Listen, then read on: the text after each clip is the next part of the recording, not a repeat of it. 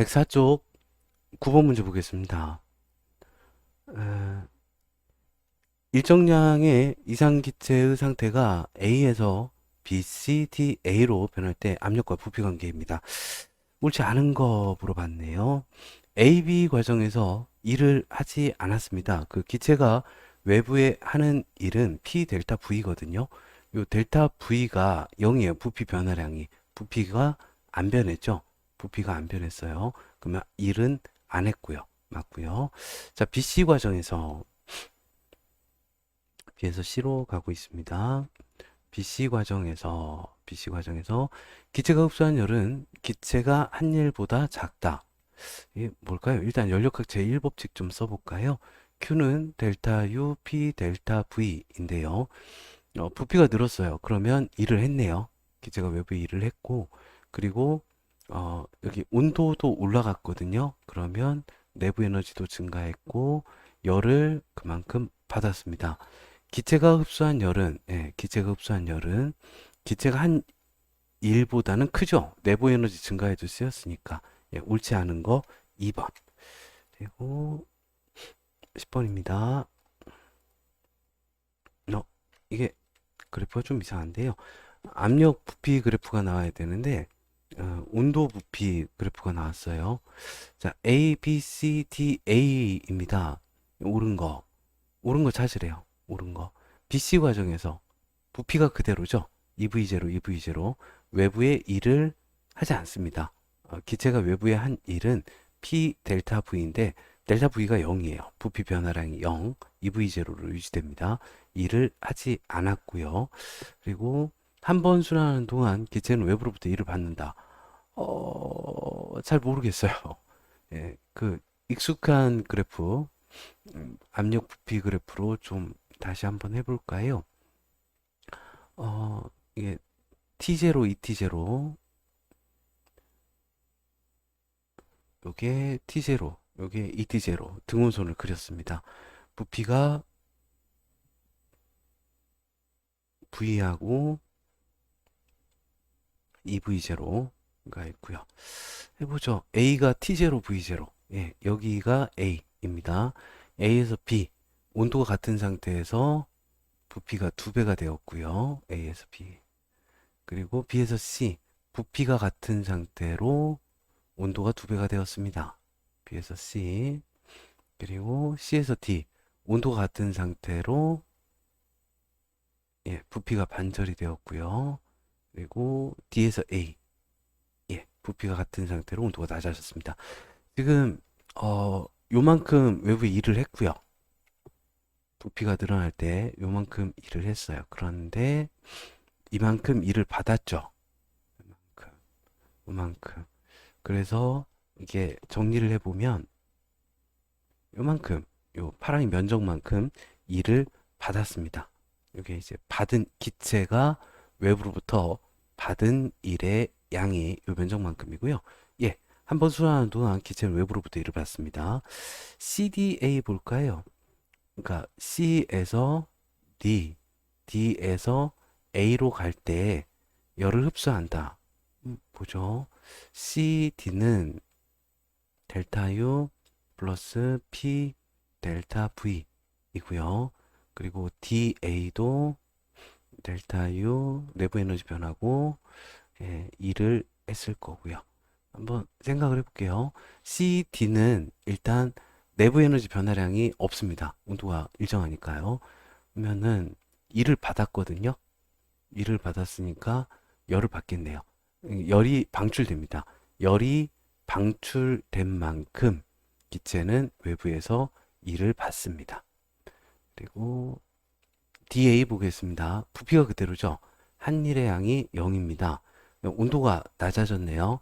그러면 내부 에너지 감소하고요. 그만큼 열이 외부로 방출됩니다. 내부 에너지 감소하고 여기서 열을 흡수한다. 아니죠. 방출이죠. CD도 DA도 열을 방출합니다. 10번에 2번이고요. 그리고 11번. 압력솥을 가열하는 동안 압력솥 내부의 기체로 이루어진 개에 대한 설명 옳은 거입니다. 압력솥은 내부, 외부 물질 출입 없고요. 뭐 수증기 같은 거 안 빠지나 봐요. 그리고 압력솥이 흡수하는 열량은 솥 자체가 흡수하는 열량은 무지하나 봐요. 그러니까 압력솥에 가해진 열은 다 기체로 간 것 같습니다. 압력솥은 부피가 일정하니까요.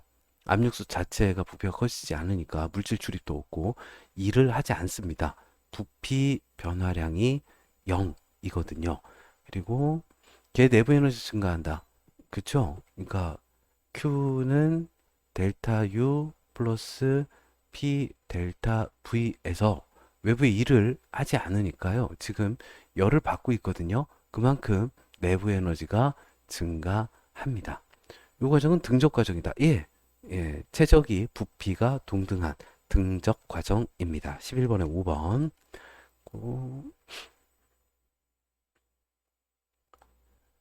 12번입니다.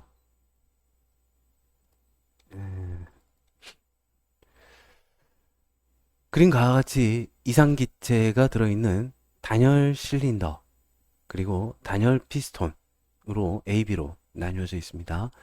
단열 상태네요. 그림 나는 가에서 A의 기체에만 열을 가했습니다. 지금 A, B 다 단열되어 있는 상태예요. 옆으로 갔어요. 오른 거.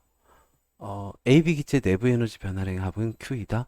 좀 생각을 해볼게요. 그러니까 A하고 B를 생각을 좀 해보죠. 그러니까 A는 Q 받은 열 에너지가 내부 에너지 변화량, 기체가 외부의 한 일의 양. B도 받은 열 에너지, 내부 에너지 변화량, 기체가 외부의 한 일의 양. 어떻게 되는지 보겠습니다. A가 일단 열을 받았고요. 네, 열을 받았고, 그리고 부피가 커졌어요. 그럼 일을 했죠. 예, 외부 일을 했고, 온도도 올라갑니다. 온도도 올라갈 거예요. 예, 그리고 B는요. 지금 단열 피스톤의 단열 실린더거든요. 받은 열량이 없어요. 근데 일을 받았거든요. 일을. 부피가 줄었어요. B는. 그럼 그만큼 내부 에너지가 올라갑니다. 자, 볼까요? 내부 에너지 변화량의 합은 A가 한 일의 양이나 B가 받은 일의 양이 같거든요. 그럼 플러스 마이너스 제로하고 열 받은 만큼 A의 내부 에너지가 그리고 B의 내부 에너지가 증가합니다. AB 내부 에너지 변화량의 합은 받은 열량 Q와 같습니다. 일단 기억은 맞고요. B 기체가 받은 일은 Q보다 작다. 지금 B 기체가 받은 일의 양이나 A 기체가 한 일의 양은 같을 텐데요. 받은 Q보다 작죠. 예, 작죠. 예. 거기에다가 이제 받은 일의 양에다가 이제 A의 내부 에너지 증가량 합쳐야 받은 열량 Q하고 같아집니다. B 기체는요. B 기체는 온도 올라갑니다. 일을 단열이거든요. 일을 받은 만큼 내부 에너지가 증가합니다. 12번에 5번이고요. 그리고 13번입니다. 연력학 제2법칙, 엔트로피 증가 법칙으로 설명할 수 있는 현상인데요. 물감을 물에 떨어뜨리면 물감이 골고루 퍼져나갑니다. 엔트로피 증가하고요. 고립된 계에서 자연현상은 무질소도가 증가하는 방향으로 엔트로피 증가하는 방향으로 진행되고요. 고립된 계에서 자연현상은 확률이 증가하는 방향으로 진행이 됩니다. 예, 3번. 14번입니다. 서로 다른 열기관 A, B가 있습니다. 대충 무시적으로 나타내는데요. 그 여론에서 각각 기역의 열을, 니은의 열을 흡수해서 똑같이 W, 만큼의 일을 했는데 열 효율은 A가 B의 2배래요. 자, 잠깐만. 열 효율은 총 해준 일의 양을 받은 열 에너지로 나눠주면 되거든요. 근데 같은 양의 일을 했는데 효율이 2배려면 같은 양의 일을 했는데 효율이 2배려면 이 받은 열량이 달라져야겠네요. 예. 한 일의 양이 같다면 그러면 효율이 2배면 A가 2배거든요. 그럼 A가 Q 받았고 B가 EQ 받았다 라고 하면 될 것 같아요. 받은 열량은 반인데 열량은 반인데 한 일에 같으면 효율이 2배가 되죠. 옳은 겁니다. 니은은 기억의 2배이다. 맞고요. 예, 맞고요. 저열원으로 방출한 열 에너지는 A가 B보다 작다. 요거 좀 생각을 해보죠. 그러니까 어, 어디 보자. 열 효율은 A가 2배죠. 열 효율은. 그러면 이제 A의 열 효율에다가 B의 열 효율 곱하기 2를 하면 같아지는 상황이고요. 열 효율은 Q 분의 W이고요. B는 2 곱하기 2Q 분의 W이고요. 근데 이제 이 한 일의 양은 받은 열에서 빠져나가는 열을 이렇게 빼야 되거든요. 뭐 어떡할까요? Q-A에서 빠져나가는 열을 QA라고 할게요. B에서 빠져나가는 열을 QB라고 하고 Q-QA라고 하죠. 그리고 요거는 2 곱하기 어떻게 되나? EQ-QB라고 해보겠습니다. 자, 뭐 정리를 좀 해볼까요? 그러면 EQ-EQA는 4Q-2QB가 되고요. 넘기면 EQ이고요. EQB이고요. 예. 그러니까 B에서 빠져나가는 열량에서 A에서 빠져나가는 열량을 빼면 Q만큼이 되네요. 이 Q 값이 플러스 값이거든요. 그러면은 B가 크네요. A보다. A가 B보다 작다. 예, 괜찮습니다. A는 고열원에서 흡수하는 열이 많아져도 하는 일은 일정하다. 아니요. 열을 2배 받으면 한 일의 양은 2배가 됩니다. 더 많이 열 빠져나가고 열 효율이 일정한 거지 하는 일이 일정한 건 아니에요. 4번. 예, 14번에 4번. 15번입니다. 카르노 기관은 고열원에서 흡수한 열의 일부로 외부의 일을 하고 나머지 열을 저열원으로 방출합니다. 그렇게 하는데요. 맞는 거 찾으래요. 기체는 AB 과정, BC 과정에서 외부 일을 한다. AB 과정에서 부피가 늘었어요. 네, 일을 합니다. 일을 하고요. 기체가 외부에 한 일의 양은 P 델타 V입니다. BC 과정에서 부피가 늘었어요. 예, 일을 합니다. 부피가 늘었으면 예, 기억 맞고요. CD 과정에서 네, CD 과정에서 기체는 CD에서 부피가 줄었거든요. 부피가 줄었어요. 외부로부터 일을 받은 거죠. 예, 부피가 감소했으며. 예, 맞습니다. 한 순환 과정에서 기체가 외부에 한 일은 요만큼 외부에 일을 했었고요. 그리고 요만큼 일을 받고요. 그래서 사이클 한 번 돌아갈 때 기체가 외부에 한 일은 요 도형의 아래 면적, 색칠한 부분 넓이와 같습니다. 그래서 5번. 15번에 5번이었고요. 그리고 16번 보겠습니다. 그림과 같이 지면으로부터 높이 30m인 곳에서 물체를 가만히 놨습니다. 그러면 이제 10m 지날 때 속력은 어떻게 되겠는가? 얘는 이제 가만히 놨어요. 30m에서의 역학적 에너지랑 얘 이제 나가면서 빨라지고 있습니다. 이 속력이 얼마인지 궁금한데요. 10m 높이에서의 역학적 에너지는 같다라고 보시면 됩니다. 자, 30m에서의 역학적 에너지랑 10m에서의 역학적 에너지가 같습니다. 30m 높이에서 중력 포텐셜 에너지랑 키네틱 에너지, 운동 에너지, 그리고 10m에서 중력 포텐셜 에너지와 10m에서의 운동 에너지입니다. 자, 이 중에서 그 30m에서 운동 에너지가 0이거든요. 운동 에너지가 0. 그럼 30m에서의 포텐셜 에너지랑 10m에서의 중력 포텐셜 에너지와 운동 에너지 합이 같습니다. 30m에서의 포텐셜 에너지가 mgh니까 질량 곱하기 10m/s 제곱 곱하기 높이가 30m 이고요. 여기는 질량 곱하기 10m/s 제곱 중력과 속도 높이가 10m입니다. 그러면 운동 에너지가 2분의 1 mv의 제곱. 자, 여기에서 이제 속력 구할 수 있겠네요. 일단 질량을 약분을 좀 해볼까요? 300이 100 2분의 1 v제곱, 200이 2분의 1 v제곱, 면 400이 v제곱, 루트 씌우면요. 예, 그래서 속도는 20m/s가 되겠습니다. 20m/s 였고요. 17번입니다. 지면에서요, 30m/s의 속력으로 연직 위로 던졌습니다. 그랬군요. 최고 높이 구하래요. 최고 높이. 최고 높이는 얼마일까요? 그러니까 지면에서, 지면에서 0m 높이죠. 지면에서 던졌습니다. 그래서 최고 높이까지 올라갔는데요. 여기는 이제 최고 높이에서는 살짝 멈춰 있겠죠.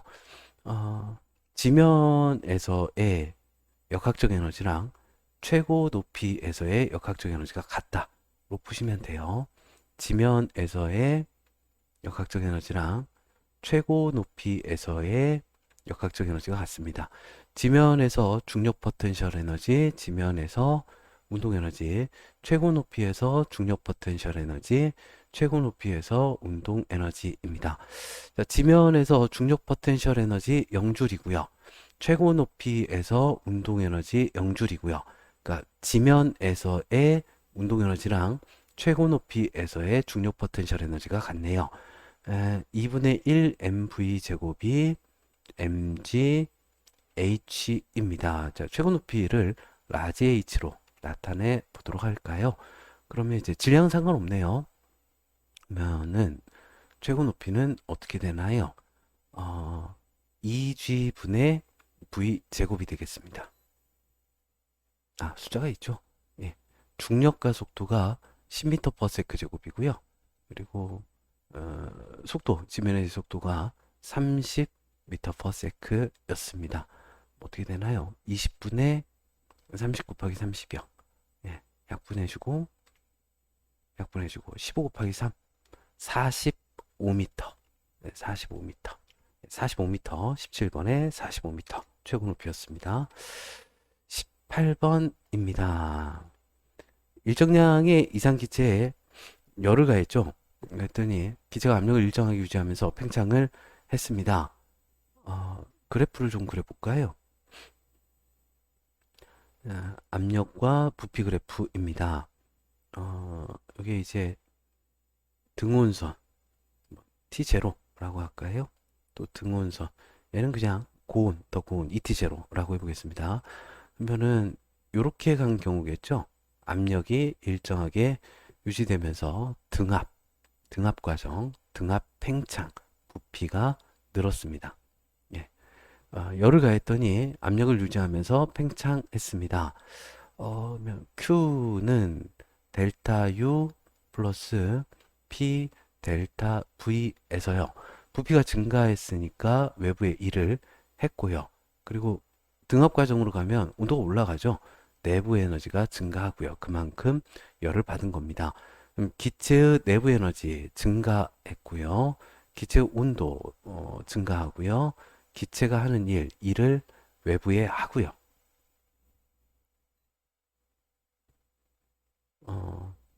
연력학 제1법칙으로 열을 받은 만큼 기체의 내부 에너지 증가하고 온도가 상승하며 열을 받은 만큼 기체의 온도가 상승하여 내부 에너지가 증가하고 기체가 외부에 일을 한다.